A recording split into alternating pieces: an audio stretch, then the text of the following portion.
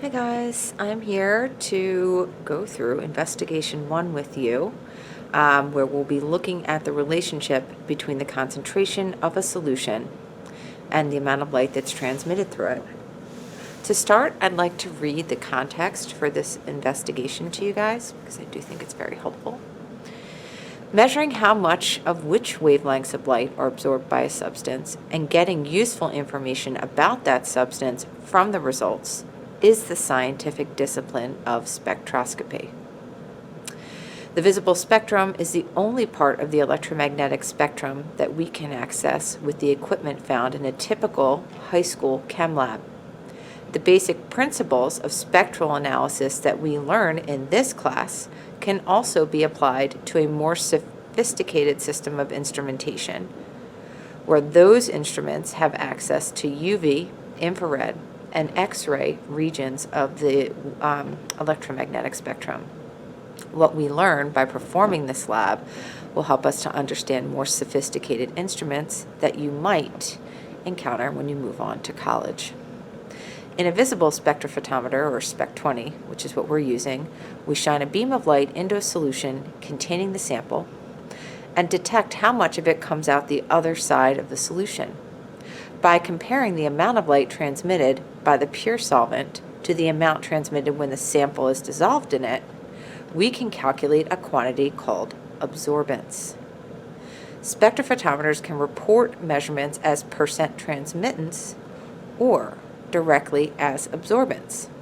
In this investigation, we will be guided to discover the relationship between transmittance and concentration, and then ultimately the relationship between transmittance, absorbance, and concentration of the solution. So to start the lab, I am going to be using a stock solution. Let's see if I can move this. Here we go. Okay. And my stock solution is here. Okay. It was made a long time ago, and at that time, at the, I guess, appropriate wavelength, which is 628 nanometers, this had an absorbance of 0.97. It has changed concentration over time, so slowly it's been vaporizing, and now its absorbance at that wavelength is 1.18. I'm going to use that, and I'm going to back calculate to give you guys a stock concentration. And when I did that, I get a stock concentration of 9 micromolar, or 9 times 10 to the minus 6th molar. What we need to do in order to start our experiment is make a series of dilutions and read absorbance for each of those dilutions, calculate the molarity based on the dilution, and then we'll make a graph and generate a standard curve. So to start, I have 1, 2, 3, 4, 5, 6, 7, 8 cuvettes. Cuvettes are very special glassware that are designed to go into a spectrophotometer. And you'll see our spectrophotometer in a second. I've set it up my two ends. I have a blank, which is 100% water, and then I have a 100% stock solution. So this is fully concentrated. And I'm going to make the dilutions as I am told to do under step 3 on my Investigation 1 worksheet. Now in this test tube, I've already put 8 milliliters of my stock solution, and I'm going to keep working my way across. In the next test tube, I need to put 6.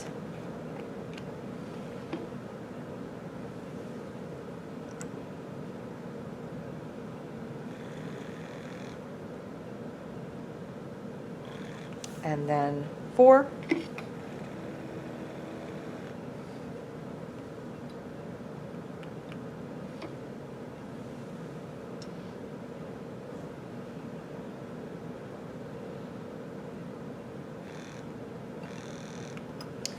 And then I have to put 3.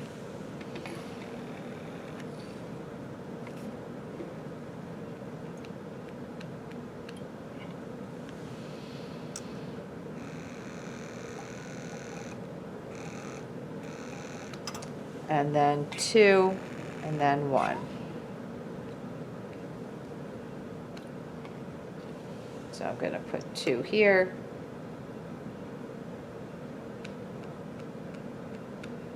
And then 1. I'm going to put the cap back on. I'm going to grab a clean pipetter.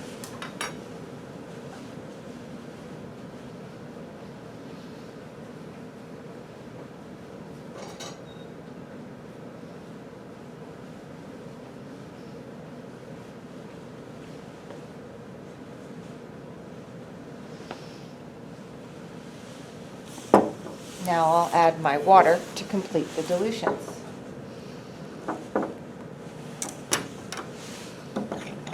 The total volume of each of these dilutions is 10.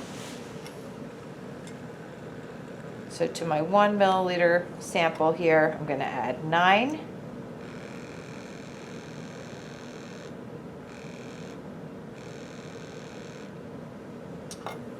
And then I'm going to add 8.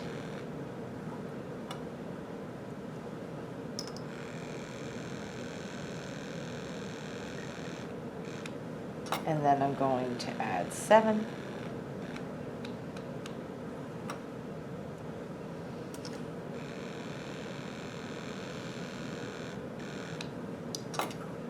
And then I'm going to add 6.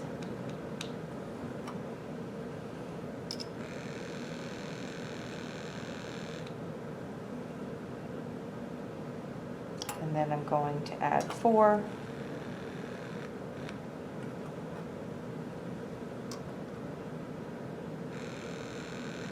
And then I'm going to add 2.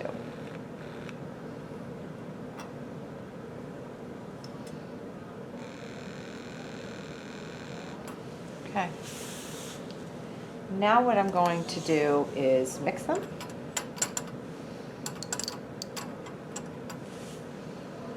And add them to, so I can just do a little vortex.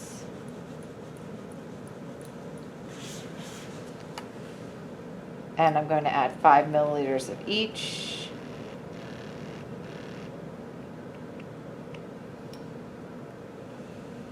To my cuvettes.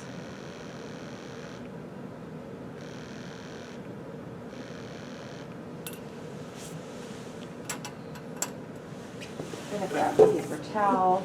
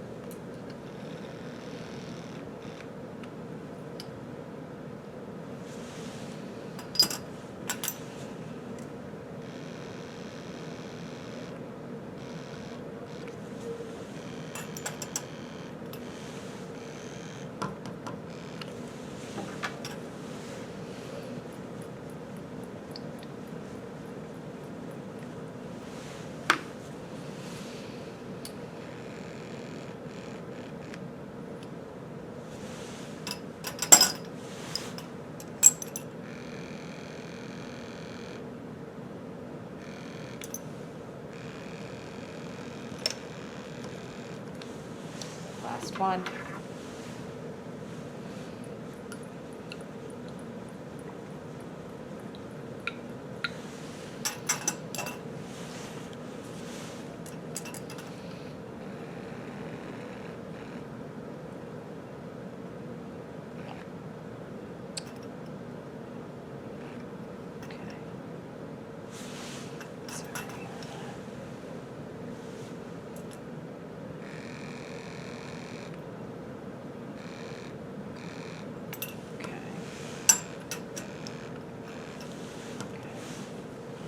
And now that all of my dilutions have been prepared and they've been added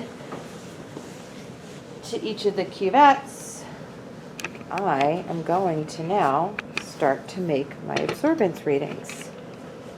There she is. That's my Spec 20. Let's see if I can maybe zoom in on this for you. And hopefully I won't get in my own way so that you can like read these numbers. There we go. Okay. All right, coming back.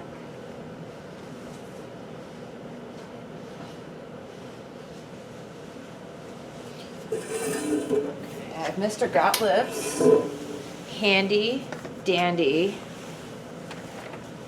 sheet here. You guys have already watched his video on how this thing works. All right.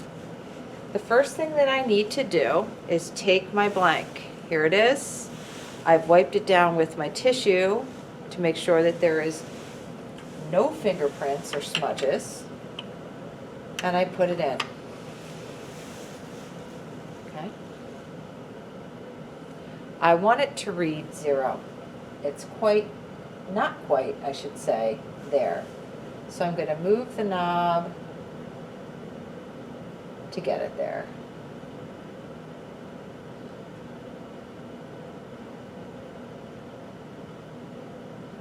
Okay. It's not going to be perfect, but that's pretty good. All right, so I'm going to take out my blank. And I'm going to start making readings. As I make them, I am going to write them down. So I have to wipe this off. I put it in. I shut the lid. And I record my absorbance. Here it is 0.175. I take it out. And I put it back. I take my next dilution, make sure that this is clean, put it in, and I write down the absorbance, 0.328. Next,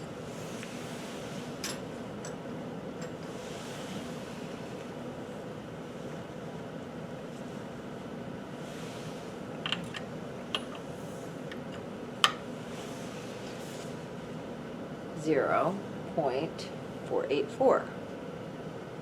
So as you can see, the absorbance is going up as my solution gets more concentrated. If I were measuring transmittance, transmittance would be going down. All right, so here we go.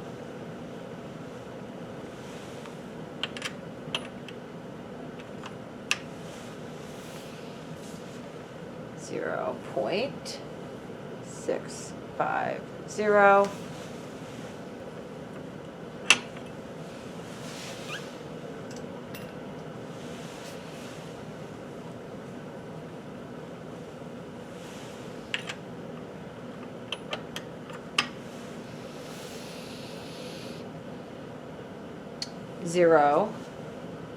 0.855.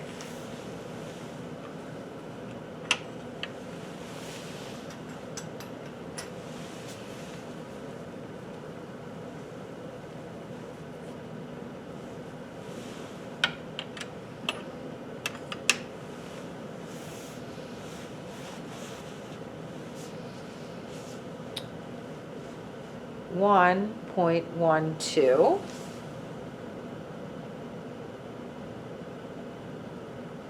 No, it's fluctuating back and forth, which leads me to believe that it's not 1.12, it's 1.115. Okay. And then let's see what we have here. Like I said, when I did this initially, I got 1.18,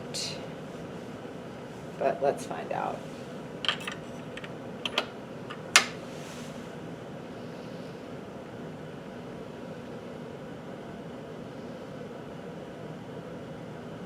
.29. Interesting. All right. Just to be sure, I'm going to blank this one more time.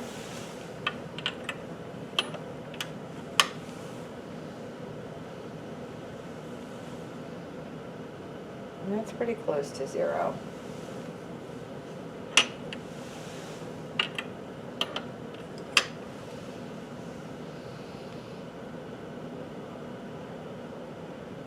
Okay. Well, that does it for our first round of data.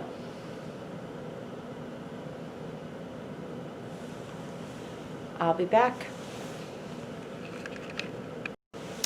So now what I'm going to do is I'm going to work backwards, and starting with my most concentrated solution, I'm going to record transmittance data. This is in a percent, which I will eventually convert to a decimal.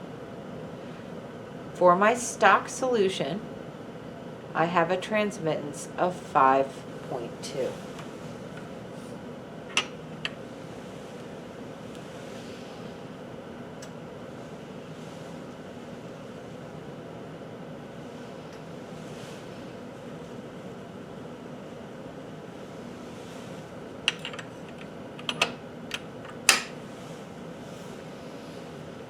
For my next dilution, transmittance is 8.0.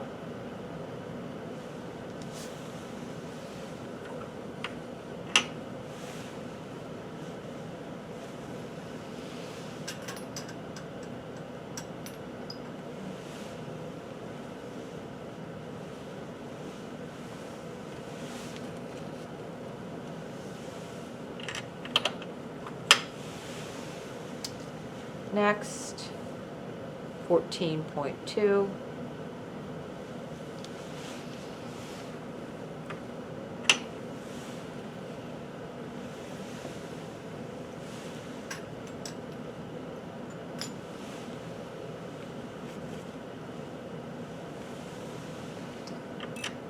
Next,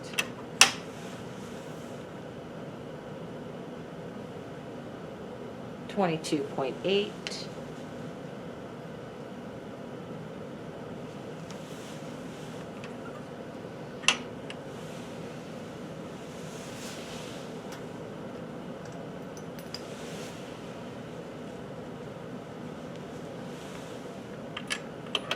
Next,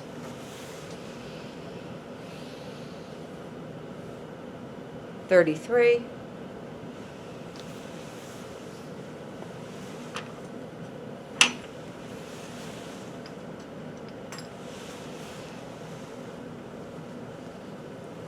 Next,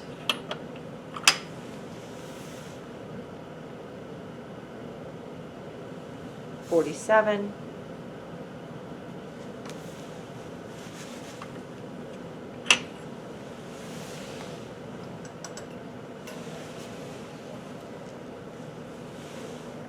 Next,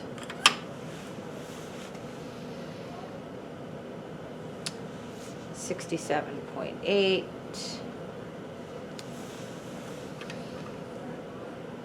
Which is actually 68 now. And then last,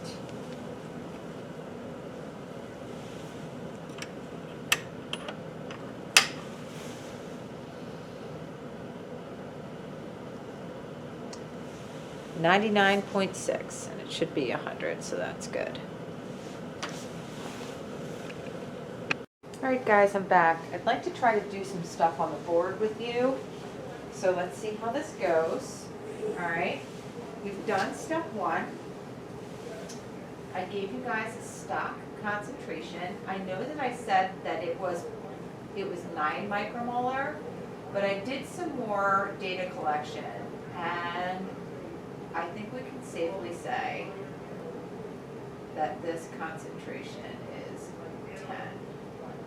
And of course, this is going to be terrible writing. I'm going to do the best I can.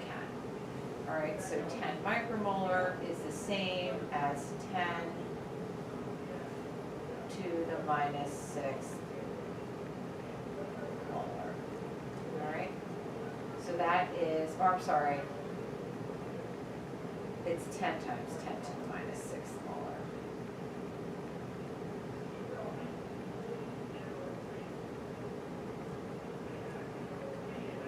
All right, because micro is 1,000,000 times smaller than 1. Right?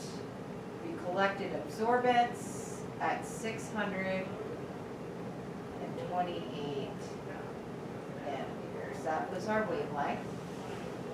We actually measured both absorbance and transmittance. So we have lots of data here. But what I'm going to do is put this data on our next page.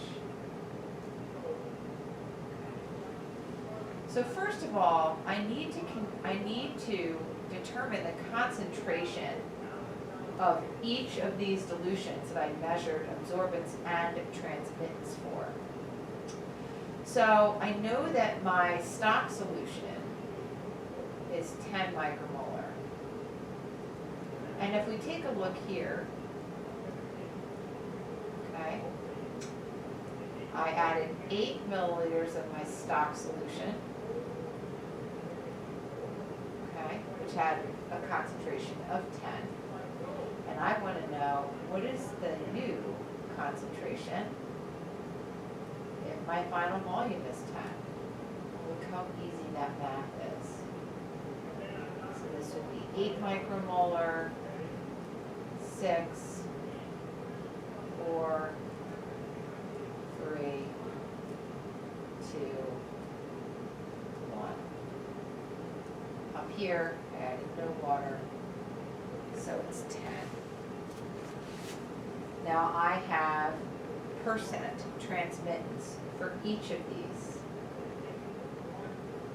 5.2% for my stock, 8.0%, 14.2%, 22.8%, 33%, 47%, 67.8%, and then 99.6% for no substance. Decimal, I just have to move it. 0.052 all the way down to 0.996. You guys should be able to do the rest. Now in step 5, it says determine the relationship between transmittance and molarity of the solution by graphing this data. It says plot transmittance on the y-axis in the decimal form and concentration on the x-axis. So if I come over, I have Excel open.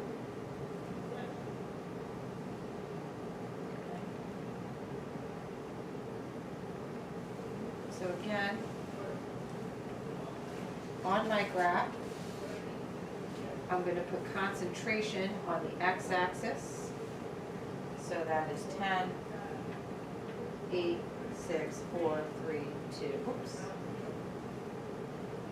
3, 2, 1, and 0. I'm going to go ahead and make this bigger so you guys can see it.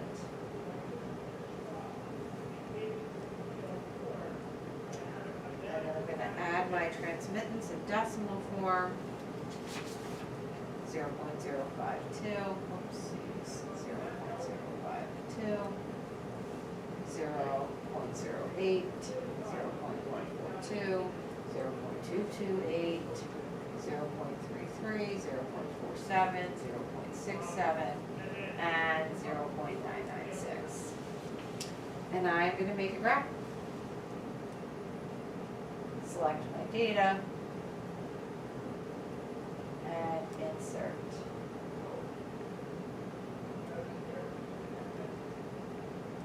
Make this full screen. Here's my absorbance versus transmittance versus concentration. And then obviously you can see as concentration increases, transmittance decreases. Okay. I'm asked to make a series of plots. So in addition to this graph, which I'm going to move out of the way, I'm going to make a series of other graphs.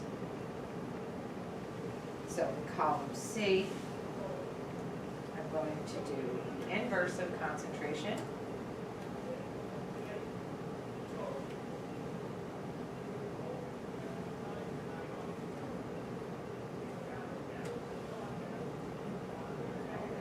Label them so I don't lose track. This is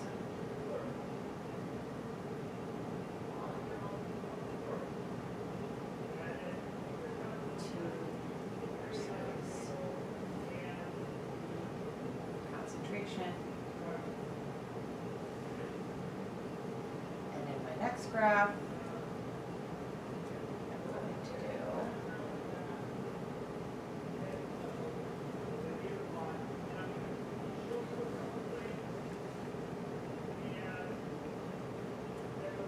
this data.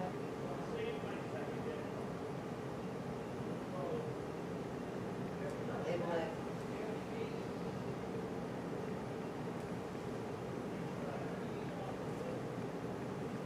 Over T versus concentration. And in my next graph, move this out of the way, I'm going to do equals.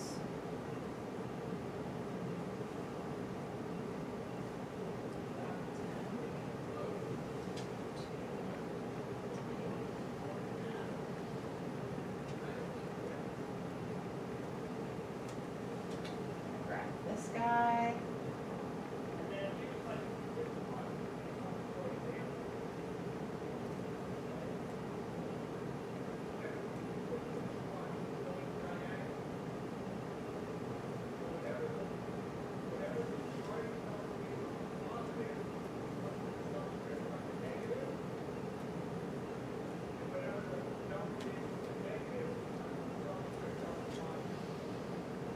Then I'm going to keep going because they told me to, but I'm also going to keep going because I didn't have a linear plot yet.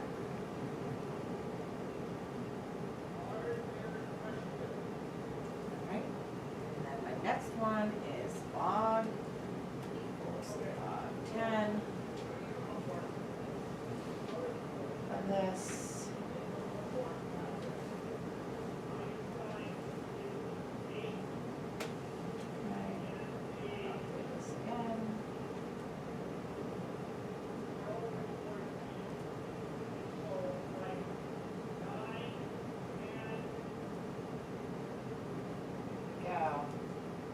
Good. Let's see. This is log of T versus dye concentration. And we have one more to make. Probably the one that we want. And that is opposite log versus dye concentration.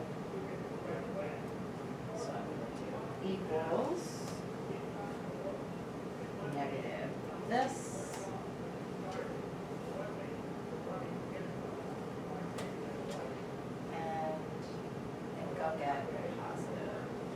dilation here.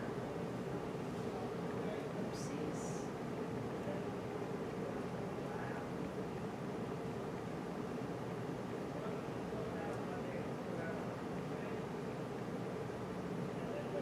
Look at that.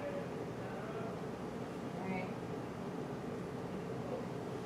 Opposite log of transmittance versus dye concentration gives me the positive correlation.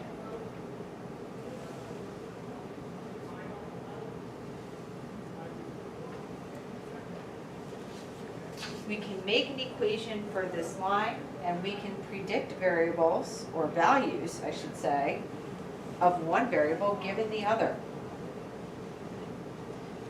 We can create a standard curve from here and use it to determine how much of this dye is in a blue sports drink, since this is the dye that's used to color things blue.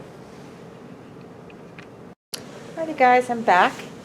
And for our inquiry portion of this lab, we are going to be measuring absorbance of various solutions of blue Powerade using the standard curve that we generated in the instrumentation part prior to this for the blue that's in here.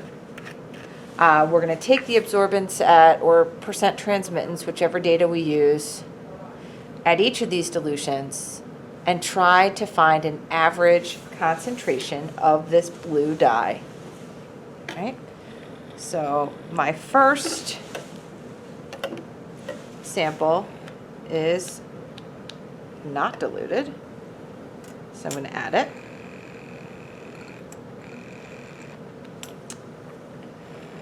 And then I'm going to make my dilutions from there. This is very exciting stuff. Almost like a straight line. Almost. Well, pretty good. Mr. Gottlieb came in to say hello. I'm videotaping right now. Alright. So I did 8, I did 6. Now I'm going to do 4, 3, 2, 1.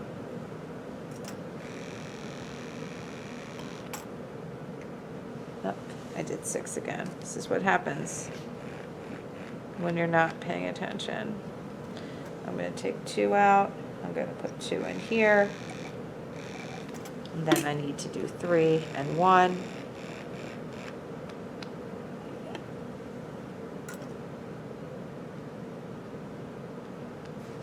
Three and 1.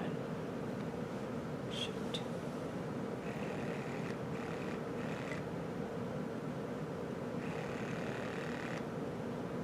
So 1. There we go. Now I'm going to add my water.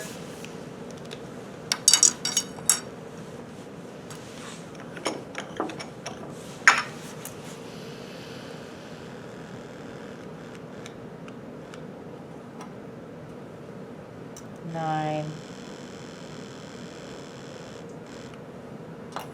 8,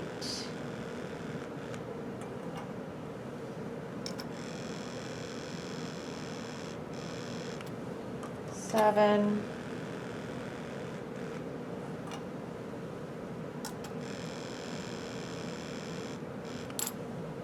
6,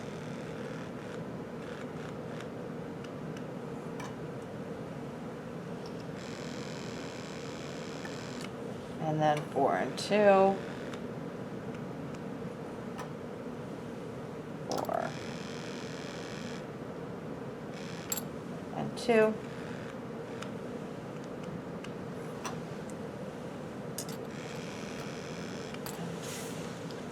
I've created all these dilutions because I don't really know what the concentration is, and I want to have reliable data, and the machine only produces really what we consider to be reliable data within a specific range.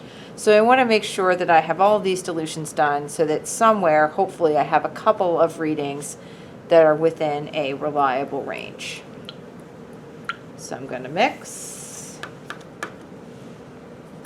And I'm going to use the same pipette, even though I really shouldn't. Move these over to cuvettes.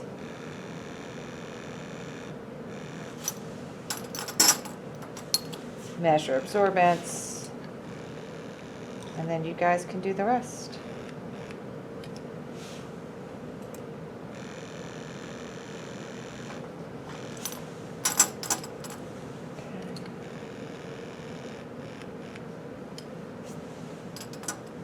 Take another minute.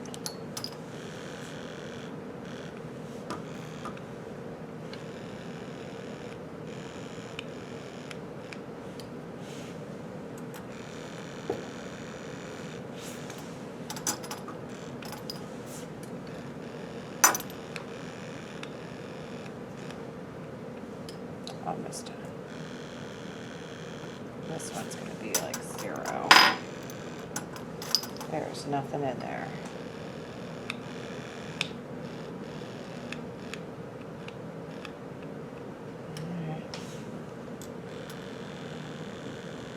Okay, now I just need to reposition the camera. Take my data. There she is. Isn't she a beaut?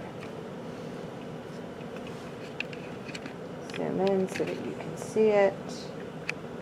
There we go. All right, so my blank is still in there. 99.8% transmittance. Let's make our way through here. Should really write this down. Okay.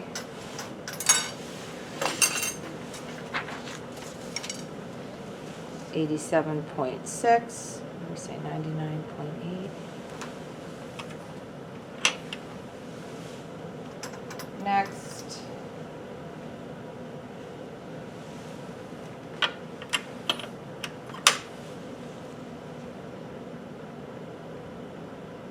$76.8.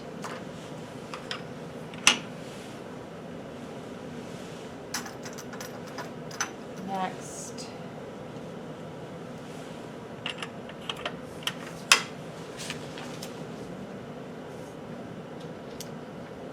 $68.8.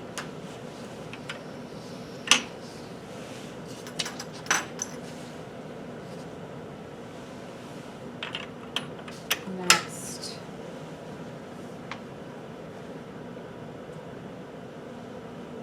$61.8.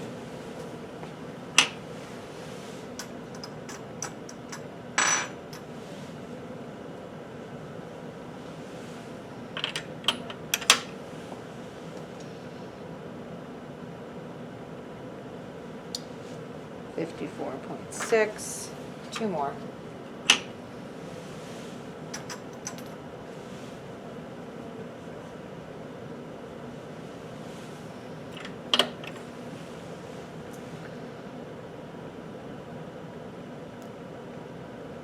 $40.8.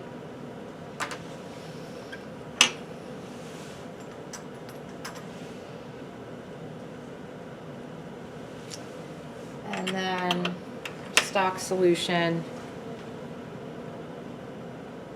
30. All right, guys, that's it. All right, guys, I'm back, and we are going to input our data for the inquiry portion of this lab. Okay, so let's remember that in the inquiry portion for this lab, what we did was we took a sample of undiluted Powerade. We made serial dilutions in a similar fashion to how we carried out the instrumentation practice portion of this lab. Using the standard curve that was generated from the instrumentation portion of this lab, we can take the absorbance readings that we got for our dilutions, and we can calculate concentration.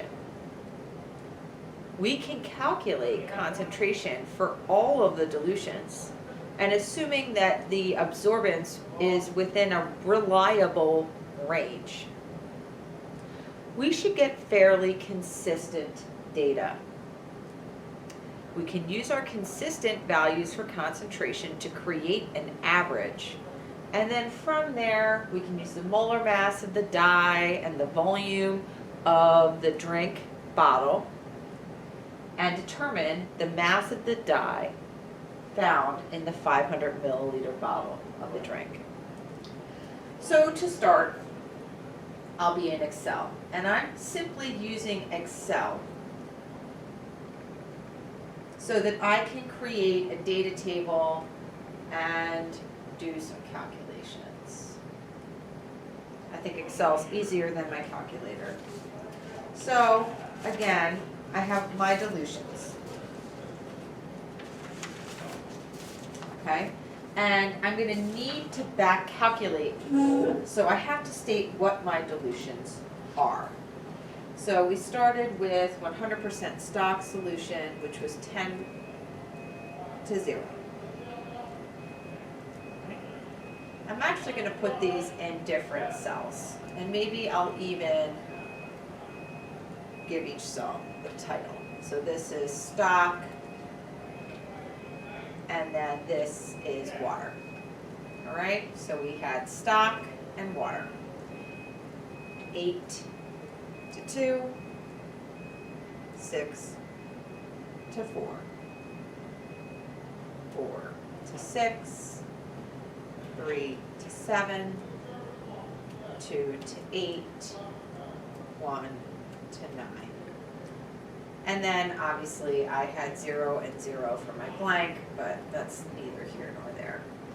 So what I have here is percent transmittance data that I'm eventually going to convert to transmittance. And then from transmittance and my standard curve, I'm going to convert to a concentration. And then I'm going to convert to, this is the concentration of the dye in the diluted. And then here, I need to take into account the dilution and calculate the concentration of the dye in the drink. All right, so column F is the column I'm really going to be looking at in the end, and hopeful that these values of dilutions are relatively consistent. So I wrote down my percent transmittance. Water was basically 100%, so that's good. And then I'm going to start here, 30, 40.8, 54.6, 61.8, 68.8, 76.8, 87.6. Okay. I will divide each of these by 100 to get the transmittance. Like I said, the reason why I'm working in Excel is simply because it's so easy to do all of these calculations. Now actually, I gotta move this over because I don't need transmittance. I need the opposite log of the transmittance. So I'm gonna do equals opposite log 10 of, oops, I don't even want this here, so hold on. Equals opposite log 10 for this cell. Okay.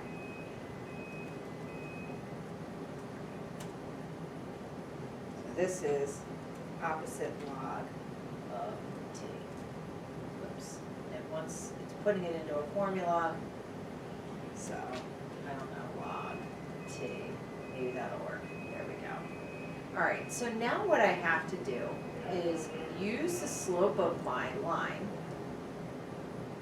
to convert these values of transmittance. Actually, taking the opposite log of them is converting them to absorbance, but it doesn't matter. Using these values in order to go from absorbance, which is the same as the opposite log of transmittance, to a concentration. what I'm going to be doing is taking my absorbance values and dividing by the slope of the line. I need to find my calculator too, because I'm just going to double check as I put in my formula that my formula is incorrectly, okay? So let's see here.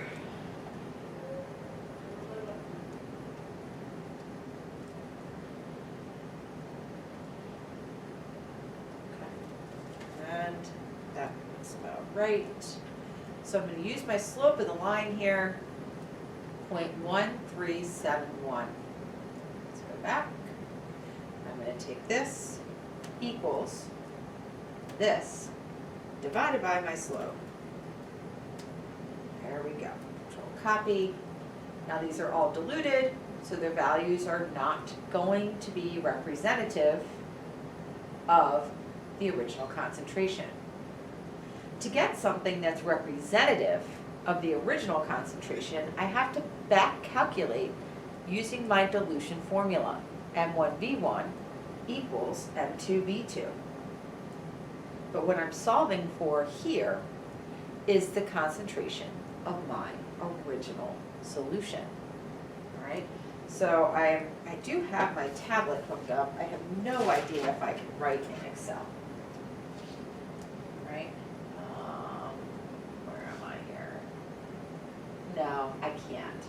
But the idea is that in order to solve for M1, which is the original concentrated solution, what I have to do is divide the molarity of my new solution times the total volume, so that is times 10, since the total volume is 10 every time, by the volume of the stock solution that I added to that dilution.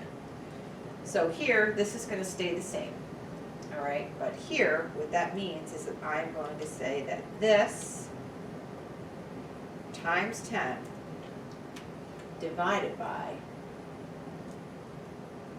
this should give me concentration. And look, they're similar. Yay. Let's see. Look at that. Okay.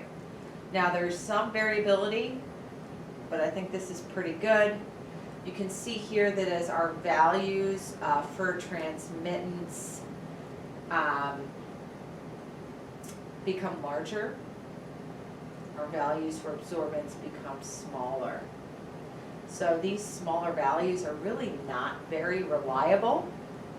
I'm going to focus on my average using my data here. Okay, so I can calculate an average.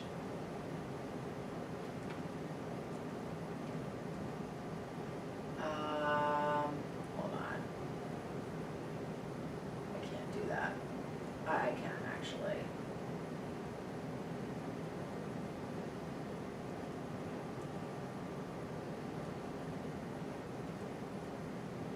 Right, now hold on. I have to do this. Oh, never mind. Let me just type that in. 3.80829.385. There we go. So now it looks like I have an average.